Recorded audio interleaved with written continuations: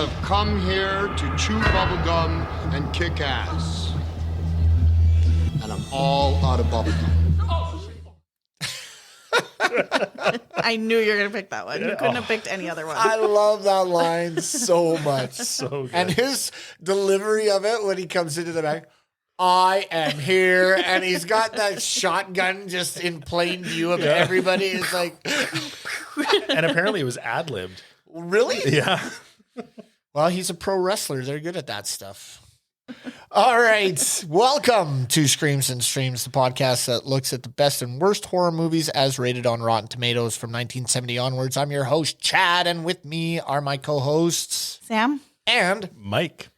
be sure to check us out on Instagram. Our handle is at ScreamStreamPod. Also, check out our website at screamsandstreams.com for more information about all the films we are looking at. Just a warning, if you don't like spoilers, we recommend you stop listening now. Check out the film and then rejoin us for our conversation. Today, we are looking at John Carpenter's 1988 film, They Live. It scored 87% on Rotten Tomatoes, so let's get into it. Sam, what is our summary of this film? All right. John, Nada, a wanderer without meaning in his life, discovers a pair of sunglasses capable of showing the world the way it truly is. As he walks the streets of Los Angeles, he notices that both the media and the government are comprised of subliminal messages meant to keep the population subdued, and that most of the social elite are skull-faced aliens bent on world domination. With this shocking discovery, he fights to free humanity from the mind-controlling aliens. Sounds like P. Diddy.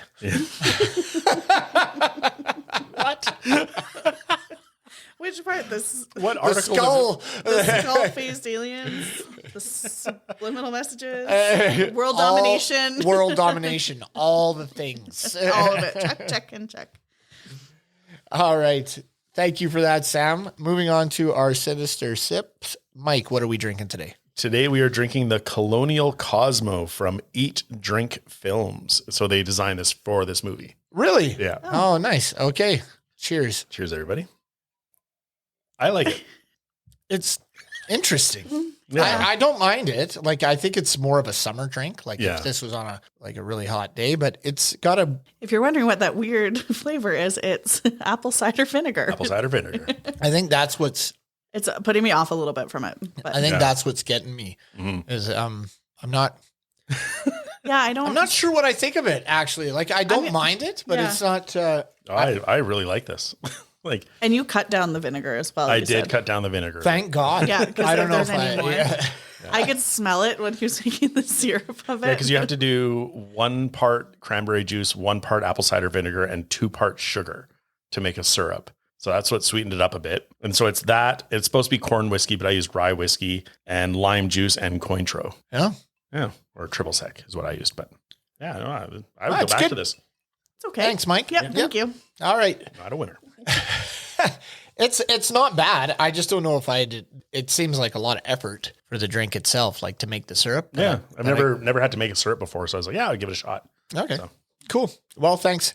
Going into our first impressions, Mike, you're going to start us off with first impressions. So this is the second time I watched this film. I knew the bubblegum line from everything else, and so I didn't watch They Live until I'd say about 5 years ago. Oh, And really? then, yeah. Oh, okay. And I watched it. I was like, oh my God. So I texted my friend, I'm like, I found the bubblegum line. It's from They Live. And I was so excited. And so I really liked it the first time I watched it. I mean, it's Roddy Piper. The fighting is good. I like Carpenter style movies. Yeah. So I really enjoyed it. Rewatching it for this, because it's the first time I've watched it since then. Still liked it. Still enjoyed it. Was thoroughly entertained. There are, you could argue with problems with the pacing or things like that. But Right. no, absolutely enjoyed it. It's laugh a minute. Like I have 11 for the one-liners because there's just so many great things in this, like Yeah. great lines in this. So yeah, loved it. Cool. All right, Sam, what did you think? I hadn't seen this film before, and I've never heard about it or anything like that. I've heard the line before, the bubblegum line, but didn't realize it was from this film. Chad, you got my hopes up when in the group chat when you said yes to doing this movie. And then immediately I was like, okay, it must be good. So I try not to look at the trailer, look at the movie poster or anything like that. I literally just hit play, and it was fine. Like it was It was fine. When the big reveal was that it was aliens, I immediately texted and I was like, fucking aliens again. God damn it. God damn it. Yeah, it was fine. It was more than just a movie. Like I did like it. I did not hate it at all. Yeah, you did all caps. Fucking aliens. Fucking aliens. I was like, God damn it. Not again. There are a lot of aliens involved in the horror movies, especially in the 80s. So, Yes. Yeah. It's actually one of my tropes. I have fucking aliens. It's either aliens or communists. And you're like, God damn it. God damn it. Aliens are communists. All right. Well, my first impression, this is not my first time seeing this film. I think this is my third, possibly my fourth. I watched it in high school. I watched it after that a couple other times. Really enjoyed revisiting it for the podcast. I thought Roddy Piper did a great job in his role as far as wrestlers turn to actors. It's a good transition in this film. I don't know about his other films. I haven't seen him in much else. No, he's made 25 movies. I looked it up. Yeah, he's in a lot. But there's one where it's like pro wrestlers versus zombies. I mean, I think there's some. Can we watch that? Yeah. We should. I think there's some boat anchors in there, but I'll tell you, this movie I think trumps anything Hulk Hogan ever did. So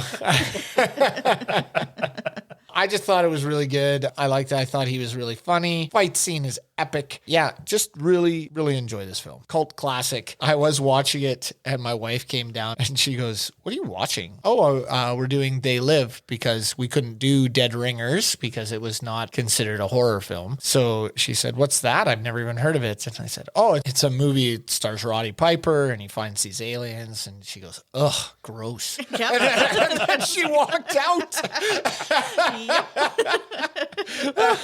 It's like, "No, it's actually pretty good." And she's like, Don't go. Give it a chance. "You can watch it with me." We can do this together. I think I made Louise watch this with me the first time and she didn't mind it. So Yeah. I didn't mind. Like I said, yeah, I didn't mind it. I liked it. I don't think I loved it. I think if she would have sat down and gave it a chance, she would have seen some redeemable qualities in it, but she's not really a horror movie buff. So, I mean, with that coupled with a wrestler as the star, she's not a big wrestling fan. So, I mean, I don't even think she likes The Rock in his acting. So, which is fair. I don't think he's a very good actor. But anyways, back to this movie. I liked it. And I'm the host, so we're going to move on.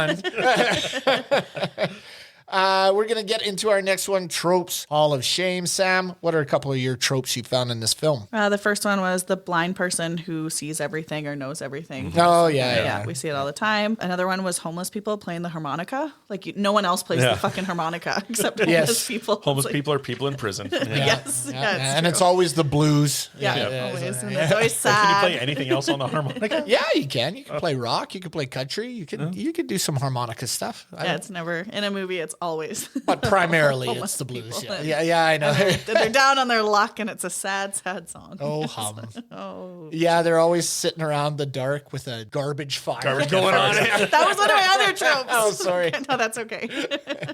All right, Mike, you're up next. What do you got for us for tropes? I just had movies being critical of like society's obsession with TV. So like the guy staring at the wall of TVs through the window, just slack-jawed, or Like a zombie. Yeah. Or the woman on TV talking about, "I just never thought I'd be a star and it's just wonderful." Oh, yeah. And my other trope, aliens coming to Earth to use us for our resources. Okay, so mine were the wanderer to a new city. You know, he's always wandering. It reminds me of Rambo. And they're always wearing jeans, steel-toed boots, and he's got this flannel shirt on and a leather jacket. It's just so impractical to be traveling the world and wandering in the kind of outfit he's High-waisted in. tight jeans and leather jackets. That's right. Suede leather jacket. At one point, he's even holding his hands over the steam coming out of the grate. Yeah. It's like, ooh, it's chilly. It's like, well, do your jacket up and maybe button your shirt all the way to the top. He's so ripped, though. Got that canvas backpack with that huge Canadian Tire sleeping bag slapped on the back of it. Okay, I have that later on because Sorry. he's going through the rain. I was like, it's getting damp. Oh Your yeah, sleeping bag and is those gonna things be take wet. forever to dry. Yeah. You're not getting out of that anytime soon. So that was my first one, and my other one, to double up with Sam. Not only was he blind, he was the preacher, prophesizing the doom and gloom of the society. Yeah. Right. So those were my two. Sam, did you have any others? others? I mentioned it before. It's either aliens or communists. It's Right. It's 80s. It can't They be are anything one else. and the same, are they Sound like my not? grandfather. And this one, they kind of, yeah. And then the asshole boss, like, oh, Yeah. you don't get paid yeah. till Thursday. And he's That's like, okay. right. Like, clearly Yeah. the guy needs some money. Yeah. I know. I mean, he's working shirtless. Come Yeah. on. Don't get into my titillating Oh, category. okay, sorry. Man, I'm just stepping all over Sam's stuff. It's okay. Sorry. It's okay. We are moving into our one-liners. Now, this is a doozy. We got lots. Mike's got 11. Oh, boy. And then I think the rest of us have about 7 or 8. So let's start off with Mike. Give us 2. All right. And then we'll move on. So I did like this one where it's like, well, it's the golden rule. He who has the gold makes the rules. Oh, yes, yeah. It's almost a trope. And then when they're watching the hacker on the TV and he's telling the truth, and it's like, oh, it's just that idiot licking his nuts again. Yeah.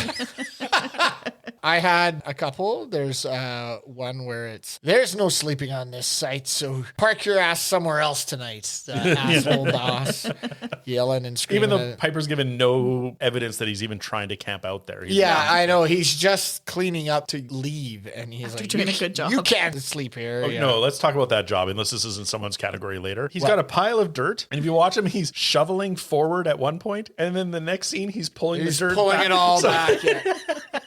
Clearly, it's like, just look busy. Paid by the hour, not by the job. And then my next one was when he first starts to notice the skulls, and he says, "You look like your face fell in cheese dip back in have that one. 1957." I have the rest of that one where he points to the normal person. He's like, you're okay. You're okay. This one, real fucking ugly. Yeah. I have both of those, but yeah, they're both so good. So awesome. Okay, and then Sam? In that same scene, he goes, "You see, I take these glasses off. She looks like a regular person. Doesn't she? Put them back on. Formaldehyde face." Yeah. Yeah, I had that one. Formaldehyde face. He just shits on her. She's like, the whole time. It's like, oh my God. And then she gets on there. We got to see her. But he I don't know what the appropriate reaction is to discovering this, but he way overreacts in Oh, the yeah, supermarket. yeah. Just Loses his mind. And it's funny because it's this build, right? Like he goes and he sees like all these bulletin boards and Yeah. what they really say. Then he goes to the magazines and what they really say. And then the money and what it really says. And then it builds up to these skull people. And then he's like, what the fuck? It just loses his mind. Another one is, okay, so he goes to Frank and he goes, "Brother, life's a bitch," and she's back in heat. Yeah. Yes, I had that one I had too. that one Yeah, too. that was amazing. Really good. It's like all Arnold Schwarzenegger one-liners Yes. that Yeah. are just golden. Yeah. So over the top. Mike, did you have some other ones? Yeah, I liked when he first has the glasses on and he sees the newsstand and all that, and he's just like, it figures it would be something like this. Like, really? There's a global conspiracy. It's going to be something like this, I guess, yeah. I knew it. I knew it was coming. Yeah. And then another one I liked is when the woman looks in the window and she's fixing her hair, but she's a skull alien. He's like, that's like pouring perfume on a pig. Yeah. I have that one too. I have that one too. So good. I had one, and I wasn't sure if I wrote this down correctly. I did back it up and watched it a couple of times, but I don't know if I missed the first couple of lines. But it's when he's watching the church with the binoculars, and the guy pulls out in the car, and he's like, "Why drives in the middle of the road? That's the worst place to drive." Well, because it was all the line there. It was like a life lesson Yeah. line. He was saying, he's like, "Oh, I don't like to pick a side," kind of thing. And then he goes, "I like going right down the middle." And he goes, "In the middle is the worst place to drive." Oh, There's okay. that one. So it was like Okay. him trying to teach Frank a lesson, I think. Yeah. Or- Okay. Yeah. Thank you. I wasn't quite sure. My next one is the right at the very end when the chick's riding that dude, and then she looks down and sees him as this skull creature. He's like, "Hey, what's wrong, babe?" And then the film ends. Yeah. And I'm just like, "Oh my God, it's amazing." Oh, it's so good. Sam? I just had I had a couple that you guys already had, and then my last one here was one of the cops went, "Where'd you get those sunglasses?" And he goes, "From the Tooth Fairy." Oh, yeah. Mike, did you have any others? I had a few more. I liked when the cop says to him, like, you look as shitty to us as we do to you. Oh, yeah. And he's just like, impossible. Nope. I'm like, that's his wrestler side coming through. Yeah, exactly. And then when he starts killing, he's like, so you bastards die just like we do. And Yeah, then that's just right. continues shooting. Just shooting these cops up in the alleyway. Shooting Yeah. everyone. I've got two more. And I don't know who the conversation is. Like, who are they? Where do they come from? And the response is, well, they ain't from Cleveland. It's just like, why Cleveland? Yeah. Poor Cleveland. And then towards the end, when they break the signal and then the newscast is going through and the newscasters are skull people, Yeah. you hear a voice from off stage. Gloria, you look like shit. Yeah. I forgot about that one.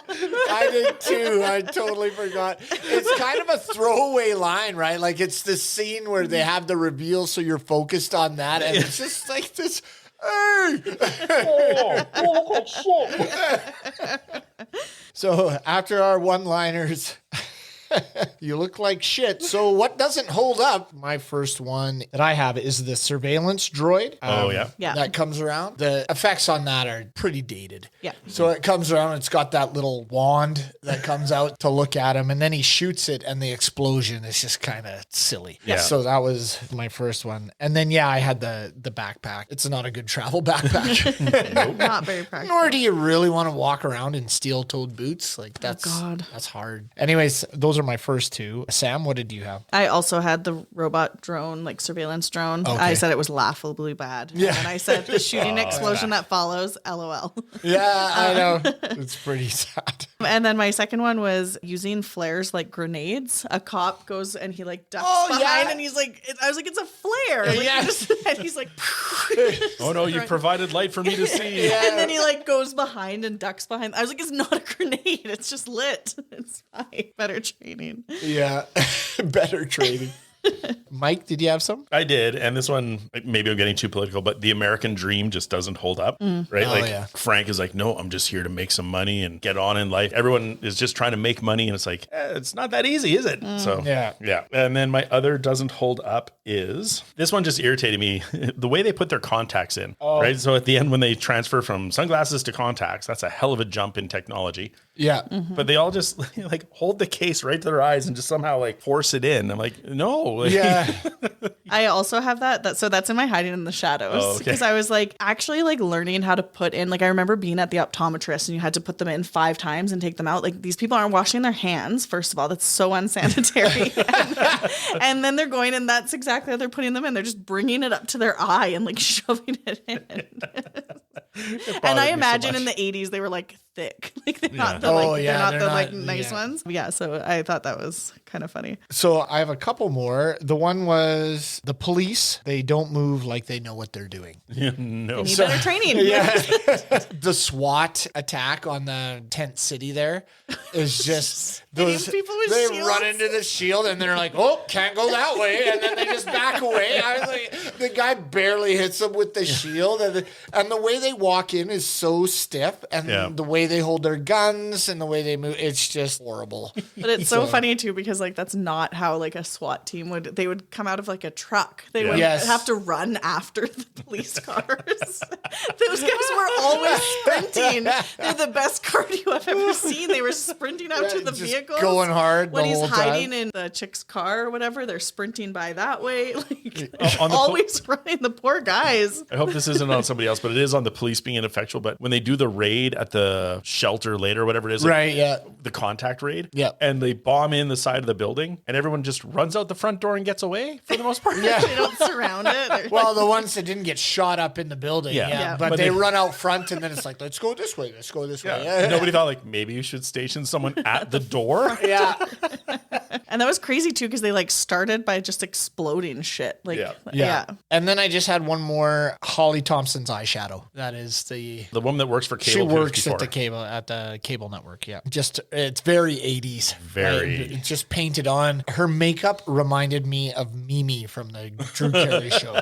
It's just like clown makeup. It was so splattered on there. I was like, oh my God, that was supposed to be hot at that time. I don't know. And he just kind of falls for her right away. It's pretty crazy. It's those eyes. Yeah, those eyes. Creepy blue eyes. Yeah. Sam, did you have any others? Yes. Aliens can disappear using their watches. Yep. Oh, yeah, apparently. Okay. Yeah. Okay, that's all I have. I'm like, okay. And then I said that Holly's acting was actually like kind of bad. Like there was there was one scene at the very end where they find her in the hallway and she like looks like she's been like caught with like a light. Yeah. And she's like, she's so confused. Like she's the one who knows everything that's going on. Like, they're running down the hallway and she's frozen. And then deer in the headlight. We gotta get some video for this. This is crazy. She literally like listeners. Sam did the best impression. It was like Holly Dr. Johnson Evil caught in the hallway.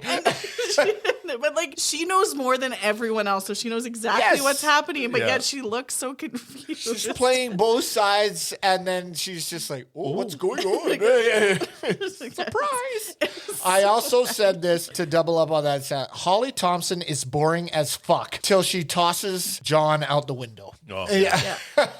Like, and weirdly, I was like, is this a love story? Kind of. Like, I guess. Like, it's not, but like, there's he thought like it was. She knew it wasn't. Well, one way, yeah. Yeah, I don't know. Kind of manipulates him, I guess. But they didn't really develop that well. Like the relationship or her double cross? Well, yeah. Well, why was he so invested in her? Because she's a woman. No, I know. Like, literally, it's 1980s. Therefore, man like woman. Yeah.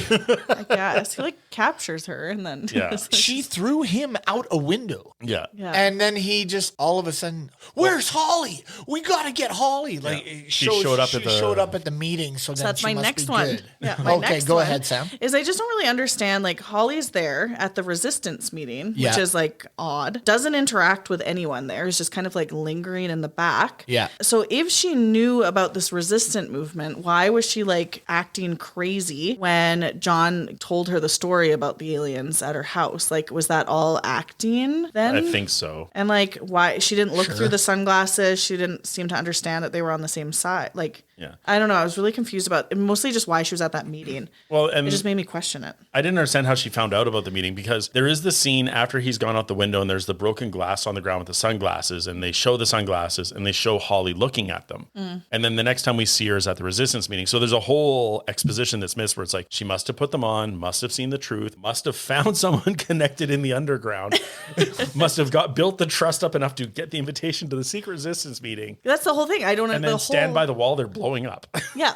Exactly. Like why if she would have known that there was going to be a raid on it too, because she's because she would have ratted them out so that there was a raid put on, right? Yeah. So then why would she show up at that meeting, right? when there's a raid happening and stand 10 feet from that wall? That wall that's being blown up. I think it would have been even better if they would have showed, like they had that one guy that was watching the door, the big bearded dude. If she would have came up and he actually would have said like what's the password or whatever, and she would have shot him, and then came in and just kind of tried to blend in. That would have made more sense. Yeah. The whole thing for me is so confusing. Yeah. I'd say that's just kind of a miss. They just didn't develop that very well. We're going to move on to our most gratuitous scene. Sam, you're going to kick us off with that. I know you really liked it, Chad, but the fighting scene for like 6 minutes. Yes. I loved it. 6 great minutes. 6 epic minutes. 6 epic minutes of hitting. I was like, I left to pee and it came back and it was still going. And I was like, oh my God. You missed all the good elbows to the face. Yeah, no, I feel like I didn't miss much. It was groin-grabbingly good. I was like, is this what it means to be a man? That was my comment next to it. Why are they fighting each other? Aren't they friends? That's why it's so important. Like, how? Just listen to him. He's trying to convince his buddy to just try on a pair of sunglasses. He needs to tell him the truth about what's going on in the world, and he's trying to convince him. And sometimes the only way to convince your friend is to just fucking hit him for 5 to 6 minutes. For 6 minutes. I don't know. I don't understand it. Even if my friend came up and was like, yeah, this is going on, like, look through the sun, I'd be like, okay. And I'd put the sunglasses on. You wouldn't punch them in the face? No, I would just put them on and I'd be like, okay, buddy. But he really didn't want to know. He really didn't want to know. I'm pretty sure he knew something was going on. Yeah. He just didn't want to get exposed to all of it. But I don't know, Sam. They didn't need to fight about it. No, your point is valid. It is very long, but I enjoyed it. So yeah. But anyways, go ahead, Mike. You had something you were going to say. But. Well, no, I was just. I have more on the fight, but my gratuitous is the number of knees to the crotch when they fight. Oh, dude, you took my gratuitous. That's why I said the groin-grabbingly line, because he knees him 6 times, like just boom, boom, boom. I was like, okay, I don't care who you are, you're not getting up very quickly out of that. And I was like, I feel like that's like against bro code. Like, no, is that not like you? If you're gonna wrestle, you don't kick them in the balls, is it? Well, they're not wrestling. They're wrestling. They're street fighting. They're full on kicking the shit out of each other. I know, but he takes the 2x4, puts it through the window, and is like, "Oh, sorry, man." I was like, "That got out of hand," and then the guy turns around and beats the shit out of him for another 2 minutes. It's actually crazy, like the whole thing. It's so like good. It's like a wrestling match. Yeah, it really is, because there are actually pro wrestling moves in that match. He does a back body drop. He does like an atomic bomb or an atomic leg drop. Like, there's just a bunch of stuff in there that's a clothesline right out of the gate. Oh, the clothesline was amazing. There's just a bunch of pro wrestling moves in there. But obviously, if they're choreographing it, Roddy Piper's going to throw in some wrestling. Right? Wrestling with each other. So my one was all the shooting, and they just spray. Like, there's no, it's like stormtroopers, super bad aim, and you can tell that Roddy Piper's just throwing it all over the place. There's one part where it looks like Frank just shooting at the ground. It's just the cops are shooting everywhere. It's just nobody's hitting anything. Mm-hmm. There's just a lot of extra shots that don't need to be done. Mm-hmm. Yeah. So that was my other gratuitous. So now we're going to go into terrifying or titillating. I don't want to start because I just ended that last one. So Sam, what is your terrifying or titillating moment of this movie? I just there was all the ripped construction guys, just digging around. There was no no OH&S uniforms or like safety equipment except the hats that were crooked and aren't on. And tank tops or shirtless. That's what they were going for. Yeah, I was okay with it. So, yeah. In the commentary, Roddy Piper talks about how so many people walked up and they must have put your face on a different person's body, because he was a bit pudgier before that, when he was fighting. And he's like, no, that was me. Like, he said that was the best shape of his life was when they filmed this. Right. Yeah. He looks great. He was fucking jacked. He looks great. Yeah, phenomenal. 10 out of 10. I liked it.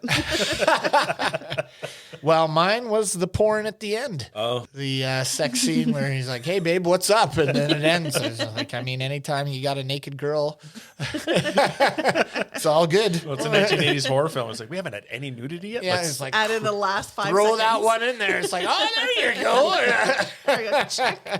Check. All the boxes are ticked. Yeah.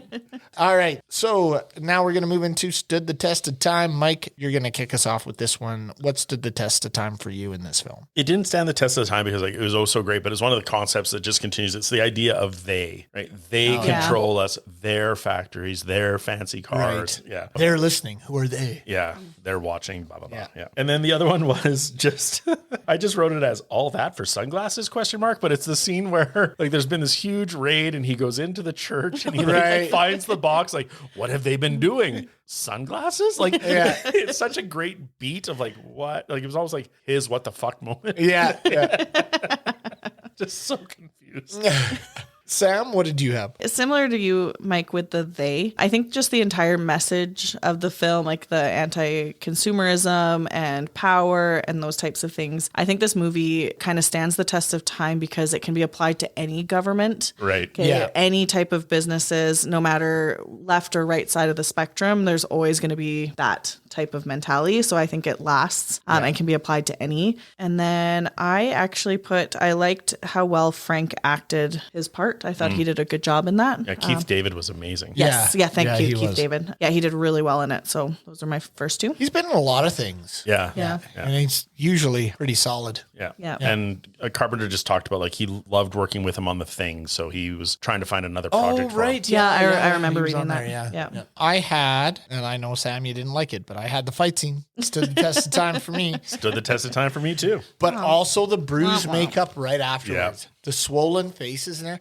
Although they healed up like too sweet. Yeah. The makeup they had when they showed them like stumbling to the hotel room after the big battle, I thought was really well done. Yeah. So those were my two, the fight scene and the bruise makeup. Mike, what are your others? We've talked about all of mine now, but when she smashes the glass on his head and throws him through the window was just great. Loved that. And yeah, the fight and the after effect. I loved that they didn't just walk away. Like Fast and the Furious is that franchise where like they literally like drive cars into walls and like walk away pristine. Yeah. Whereas this one, you see the wear and tear. Their clothes are dirty. Yeah. For at least, 6 minutes after the fight. Yeah. They go to the hotel, they have a shower, and then they're all good. Yeah. Yeah.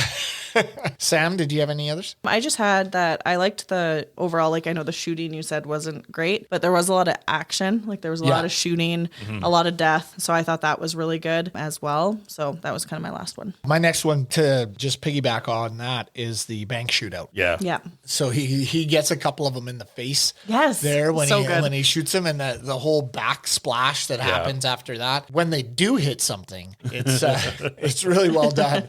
But it was just that one scene. They just seemed to spray all over the place. That whole scene where he starts fighting, he gets his guns and stuff and starts shooting people. I did like that. We're gonna move on to eerie to ear splitting. And Sam, you have a comment about this? Yeah, the music in this film, I was going through my notes prepping today, and I made several comments just speckled throughout my notes. My first one was the opening scene. I was like, this music is low-key super weird. And then it's a few minutes later, I've said some other things, and it goes, the music is still going on, and I hate it. Yes. And then, Yes, I have the same comment. Yeah. and then another day, same song when he wakes up the next day. And then later on, I was like, is this still the same fucking song? Like, Well, they it's like- change a note at the No end. way. It's like do do do do do, and then the next one do do do do do. And it's like, and oh my god, I said this exact my same God. thing. I was like, oh my lord, change the song. I was debating putting it into the gratuitous, Yeah, but then it I was could like, have no, I'm going to link it into this one because it was just, oh my gosh, so bad. Well, that goes with mine as well. I thought the same thing. It's this bluesy kind of down on your luck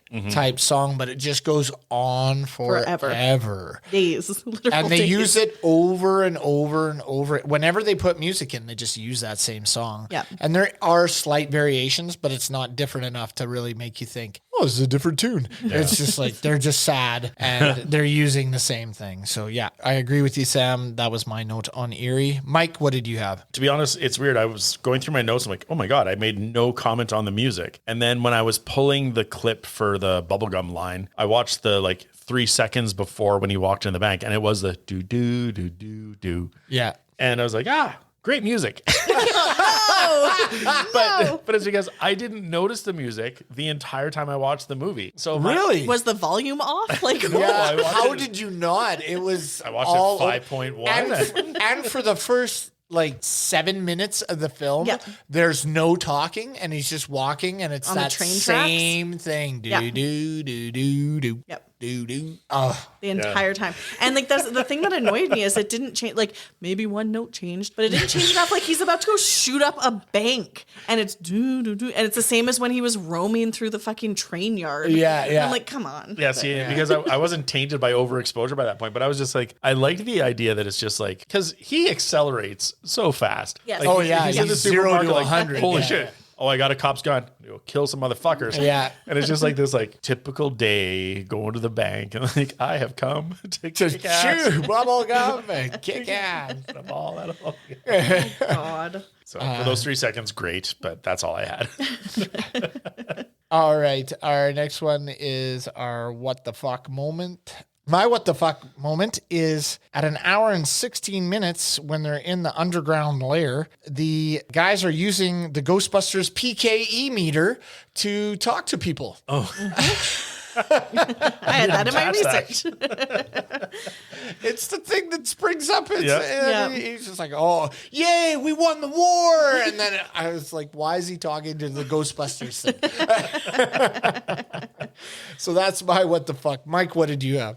My what the fuck was, but I didn't quite get it. Like I sort of understood where it went eventually, but Piper's story about his abusive father, where the movie just slows right down and then it's Keith David and him bonding in the hotel room. Right. And he's talking about like, I never stood up to my father, but it's a long step from my father was very abusive and I did nothing to, Right. and now I'm going to stand up to the people who are abusing us currently. And I just didn't see the leap. And it was a weird emotional beat that just didn't fit. It's kind Yeah. of tacked on, right? Yeah. Like they just try to shoehorn something in to give you an explanation of why he went to 0 to 100. Yeah. And it's like, well, now I'm just going to avenge what I didn't before. It could be explain why he's so buff. Yeah. He is very buff. He's very buff. All right, Sam, what did you have? Mine wasn't really like a what the fuck. It was more like, oh, what the fuck when it was aliens.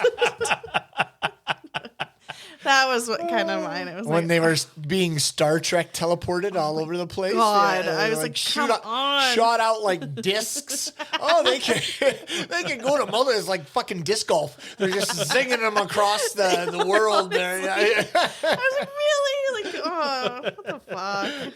Oh, what the fuck? That should be our sound bite. Oh, what the fuck?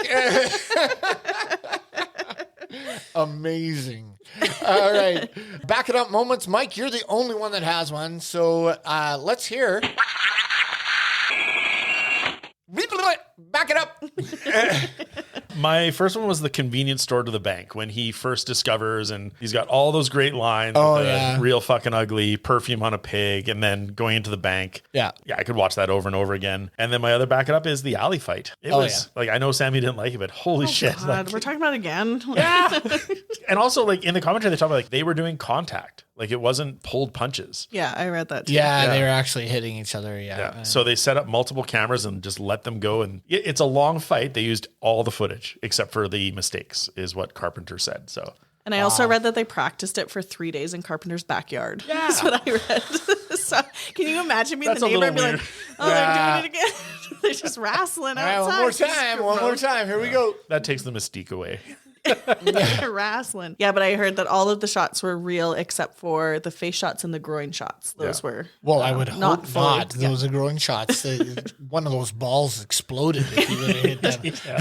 But yeah, Roddy talked about how like Keith David was padded up for some of it, but like he's like he hits hard, and Wow. yeah, and like he said to Keith, like I can pull the punch, and Keith's like, no, like let's do it, Right. And yeah, they shot the scene. I can't imagine fighting Wow. someone for 5 to 6 minutes straight. That's exhausting. They must have been so bagged. Yeah. Well, they had breaks. Yeah. Like they chatted. He walked when away he several walked away and times. said, put on the glasses. He's like, I'm not putting on the glasses. I would have been like huffing and puffing. Put them on. Put them on. Please, Give me a second. Please, for the love of God, put them on. Give me a second.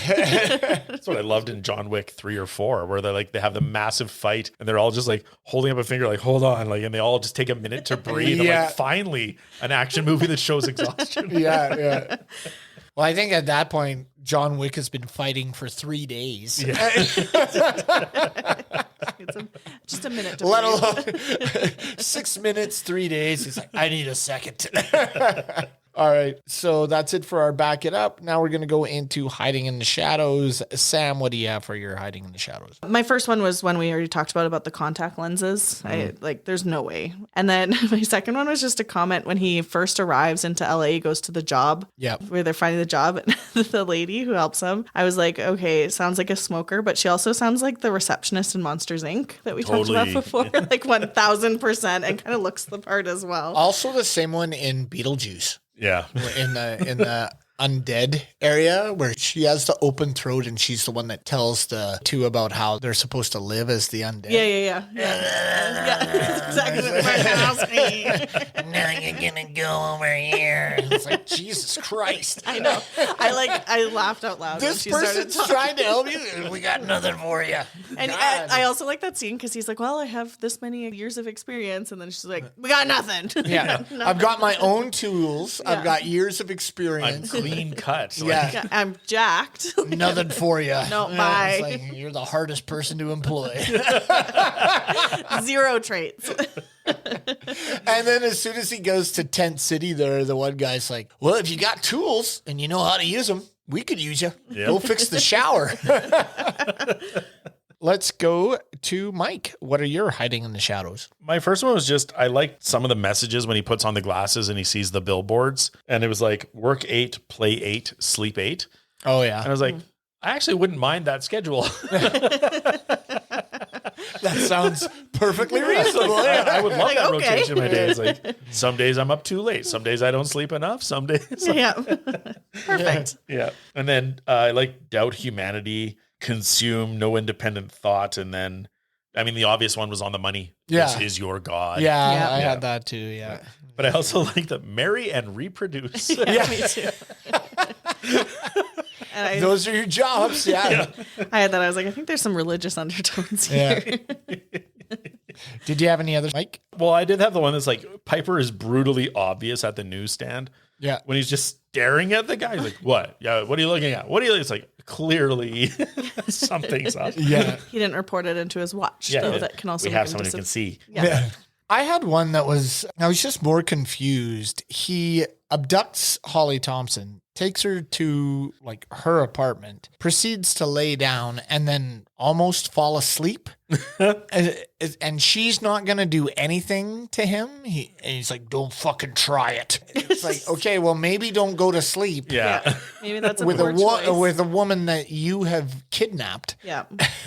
So It also bothered me that she didn't park her car in her garage. Yeah. Like the garage comes up and she parks halfway in. And the neighbors are like, you good? She's Yeah. like, yep. Like, fucking pull all the way in and close the door before you get out of the car if you're a covert. I do that anyways. You never know who's going to try to murder you. Well, that and who parks their car halfway in the garage ever? maybe that's a sign to the Over Snoopy. skeleton people that they, there's trouble. Oh, maybe. Trouble's a brute. I don't know. I'm just grabbing at straws here. Okay, so now we're going to move into our bonus features. And Sam, you're going to kick us off with, what did you find about this movie? John Carpenter actually brought real homeless people into the production for several scenes, so he was able to pay them and give them food, which Nice. I thought was kind of cool. Yeah. Anything else? I do. Roddy Piper was married at the time of filming, and he refused to take his wedding band off. So in several scenes, you'll see him with his wedding ring on, which I thought was kind of cute. Oh, that's nice. Someone who doesn't understand acting. I had a couple. It was Roddy Piper himself who came up with the now famous one-liner, I have come here to chew bubblegum and kick ass, and I'm all out of bubblegum. According to the director John Carpenter, Piper had previously written the line in his notebook of potential verbal bits during his wrestling career. He shared the notebook with Carpenter, and they agreed that this particular line fit the character and the film perfectly, and Piper went on to use it at a wrestling match. Nice. Another one I had, many movie posters for the film featured a long blurb that read, you see them on the street, you watch them on TV, you might even vote for one this fall. You think they're people just like you. You're wrong. Dead wrong. Dead wrong. Dead wrong. Mike? So just a couple things from the audio commentary. It was Carpenter and Piper that did the commentary. So it was kind of cool to hear them talk. Oh, yeah. Yeah. Carpenter talked about the scenes when he puts on the sunglasses and he sees the black and white billboards. A lot of that was done by a painter. Like it was all matte paintings. Oh, yeah. And done with 3D perspective. Yeah. And I was like, wow, like some of it was kind of obvious that it might have been a painting. But when the first one he sees, it says obey. And when it goes to the real or the sleeping world, but sees the travel billboard, those were both paintings. And like, yeah, I was like, that's impressive because I would not have guessed that the color one was a painting. Yeah. Yeah. And another one is the stunt coordinator, Jeff Amato. He played all of the aliens in the film. Really? All of Yeah. them. Yeah. Every single skull, Wow. every skull person was played by Jeff Amato. Because he was a slender build and then could be like male or female. And Oh, yeah. interesting. That's cool. Sam? It cost $12,000 to have the train roll for that opening shot. A technical error required them to do it a second time. So $24,000. Any others? Yes. Oh, my other ones were the fight scene that it was designed and that they were wrestling in the backyard for 3 days. Oh, okay. Yeah. I'll just add on the fight scene. In the script, it just said fight continues for 6 pages. 6 pages. That's good. Skip ahead. I had another couple. John Carpenter wanted a truly rugged individual to play Nada. He cast wrestler Roddy Piper in the lead role after seeing him in WrestleMania 3 in 1987. And then Roddy Piper's character never gives his name, nor is he referred to by name throughout the entire movie. He is simply listed as Nada in the credits, a reference to the character George Nada in Ray Faraday Nelson's short story 8 o'clock in the morning, from which the film was adapted. Yeah. And nada is Spanish for nothing. So he's a nothing man. Right. Or a nobody. Yeah. Cool. Mike? Another interesting story from the director's commentary was that Piper was having a bit of conflict with McMahon, with WWE/F at the time. Right. Where he was getting a bit more popular and McMahon kind of wanted to keep him down and didn't want him getting as popular as he was. And WrestleMania was a bit of a turn in, because people, I guess the crowd at WrestleMania was just like, Roddy, like chanting, and it irked McMahon. So when Roddy said, I've got a chance to go and make this film, McMahon said, no, I'm not going to let you do it. But Piper went and did it anyway, and the film was a success. And so he came back, and it actually gave him the ability to basically say to McMahon going forward, no, you don't have the power that you think you do with me in my career. Right. Because I can walk anytime because I've now got clout. Yeah. And then another one, just people considered for Piper's role. And this is crazy. Alec Baldwin, Michael Biehn, Jeff Bridges, Kurt Russell, Bruce Campbell, Tom Cruise, Harrison Ford, Mel Gibson, Tommy Lee Jones, Michael Keaton, Christopher Lambert, Dolph Lundgren, Michael Madsen, Bill Paxton, Ron Perlman, Schwarzenegger, Stallone, Van Damme, and Bruce Willis. So everybody. Everyone. Yeah. And I don't know if that means considered or their agents all just reached out and said, hey, give my guy a role. You know who I think could have delivered those lines, but we wouldn't have got the bubblegum line, was Bruce Campbell. Yeah. Oh, yeah. If he would have came out and said, formaldehyde face, I think he could have delivered that with some hilarity. Yeah. Any others, Mike? I just have the international titles. Yes. These ones are, but Azerbaijan is Stranger in Us. Danish is Hidden Enemies. Finland, Circle of Evil. Hungary, Circle of Evil. Yeah, I don't know. The control circle, I have no idea. Okay. Hungary's is weird. They are indestructible, but they're clearly not, because they get... No, he shoots their face off. He literally says, you die the same as we do. Yeah. He literally says the opposite to that. But there are a lot of them, and they're taking over the world, apparently. So, I don't know. Flinging around. Thailand, I love Thailand's. They're not dead, but they're not human. And then Netherlands is just John Nada, all hell breaks loose. They're not wrong. Yeah. Yeah. All right. So now we're going to go into our watchability scale. And Mike, what would you give this out of 10? I'm actually not sure. I really like it. I'd say a 7. I really enjoyed it. I really liked it. It's got its flaws. So yeah, I think it's a 7. It's getting up there, but it's not quite perfect. Right. Sam? I don't know.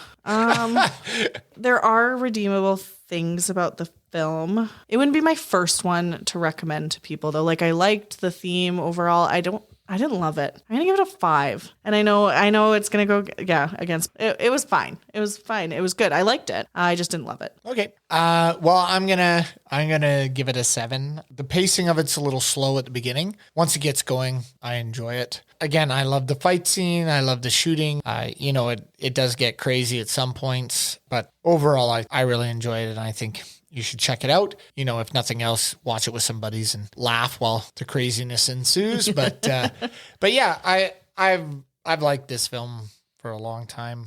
I didn't realize this time when I rewatched it, I did find it a bit slower. I thought it kicked in a little earlier than it did, but as I was watching it with the music and stuff and looking at it, I guess through more of a critical eye, I was like, oh, come on, change the song. Let's get going. Let's get going. So yeah, I think a 7 is fair. So I'm gonna leave it there. And so with that, we thank you very much for listening to us. And remember to follow us on Instagram. We are at ScreamStreamPod. Stop by our website, screamsandstreams.com, where we have information about our episodes, descriptions of our categories, links to our research, our watchability scale, and a page where you can recommend movies you want us to discuss. Please rate, comment on, and subscribe to our show on any of the platforms where you get your podcasts. Until next time, this has been Chad and Mike and Sam. Scare you later.